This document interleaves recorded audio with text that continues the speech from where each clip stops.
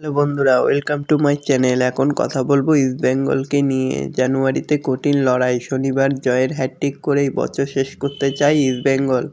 আইএসএলে লাল হলুদের সামনে অনেক বড় পরীক্ষা অপেক্ষা করে আছে। জানুয়ারিতে সেরা দলগুলোর বিরুদ্ধে খেলতে হবে, তাই বিদায়ী বছরটাকে জয়ের হ্যাটট্রিক দিয়ে শেষ করতে চায় কোচ।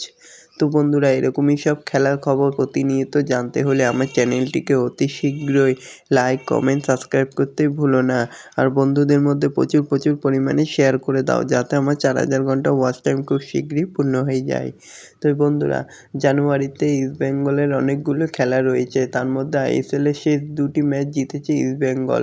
গত 5 ম্যাচে 4টিতেই জিতে পয়েন্ট তালিকায় উঠে এসেছে। তবে লাল হলুদের সামনে অনেক বড় পরীক্ষা অপেক্ষা করে রয়েছে।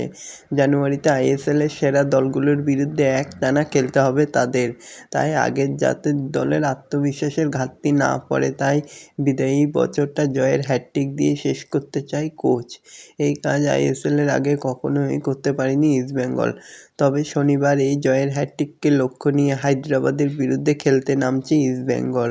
হায়দ্রাবাদ গত 5টি ম্যাচই হেরেছে, তাই হায়দ্রাবাদের বৃষ্টি, মাঠের সমস্যা কখনোই কিছুতেই অজুহাত হিসাবে দেখতে চান না কোচ।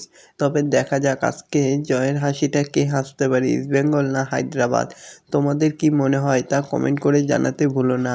আর এরকমই সব খেলার খবর প্রতিনিয়ত জানতে হলে আমার চ্যানেলটিকে অতি শীঘ্রই সাবস্ক্রাইব করতে ভুলো না। আর প্রচুর পরিমাণে শেয়ার করে দাও, যাতে আমার 4000 ঘন্টা ওয়াচ টাইম খুব শীঘ্রই পূর্ণ হয়ে যায়। ধন্যবাদ সবাইকে।